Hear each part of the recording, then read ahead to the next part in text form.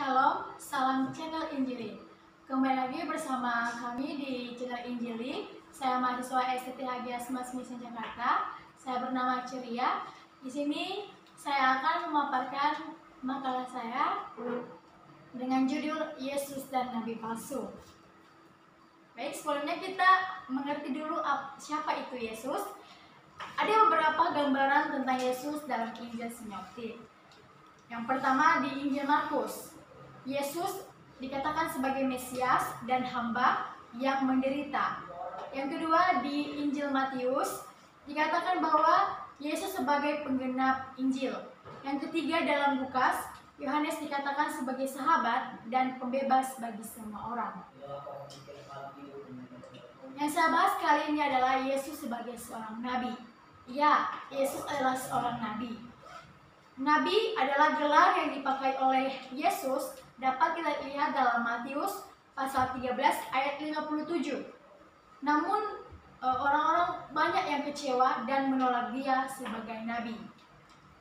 Yesus sendiri berkata dalam Matius mengatakan bahwa seorang nabi dihormati di mana-mana kecuali di tempat asalnya sendiri dan di rumahnya.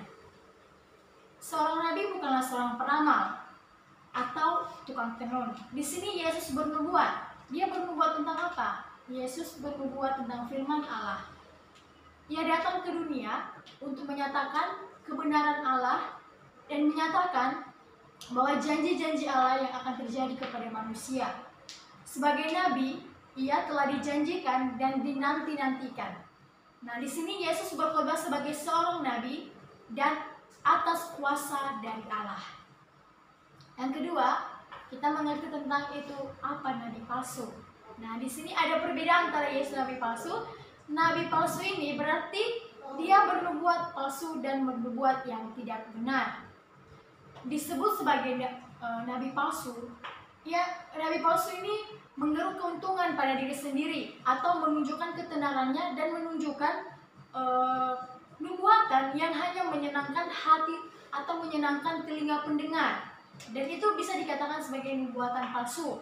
Sebenarnya nabi-nabi palsu kebanyakan yang kita lihat, mereka tidak menubuatkan tentang firman Allah, namun mereka menubuatkan yang tidak akan terjadi dan tidak benar-benar atau tidak sungguh-sungguh terjadi. Selanjutnya, dan kita ketahui bahwa pada akhir zaman nanti nabi palsu akan datang untuk menyesatkan semua orang. Nabi palsu ini tidak diutus oleh Tuhan. Mereka datang sendiri, namun mereka datang dengan cara memakai nama Allah atau memalsukan nama Allah. Mereka menyampaikan apa yang dari diri mereka sampaikan, namun itu bukan daripada Roh Kudus. Dapat kita lihat dalam Matius pasal 24 ayat 5, menyatakan bahwa Yesus menubuatkan bahwa orang-orang akan datang dengan memakai namanya, menyatakan bahwa ia adalah Kristus dan menyesatkan banyak orang. Nah, nabi palsu ini datang itu untuk menyesatkan semua orang, untuk menyangkal Yesus, untuk tidak mengikuti Yesus. Mereka hanya menubuatkan hal-hal yang enak didengar dan tidak akan pernah dan tidak akan terjadi. Di sini saya paparkan perbedaan nabi palsu dan Yesus. Yang pertama, nabi palsu nubuatnya tidak akan tergenapi, namun nubuat Yesus pasti tergenapi. Yang kedua, nabi palsu tidak pernah menegur kesalahan orang lain, namun Yesus menegur kesalahan orang. Yesus menegur apa yang salah, apa itu dosa. Yesus menegur secara langsung, namun nabi palsu tidak. Yang ketiga, nabi palsu suka menggantikan firman Tuhan, suka mengada-ngada tentang firman Tuhan, namun Tuhan Yesus itu sendiri adalah firman Allah. Yang keempat, membawa seorang mengikut Allah lain. Nabi palsu ini membawa kita sebagai orang-orang yang percaya untuk percaya kepada Allah lain, atau bisa dikatakan kita tidak mengenal itu Allah siapa.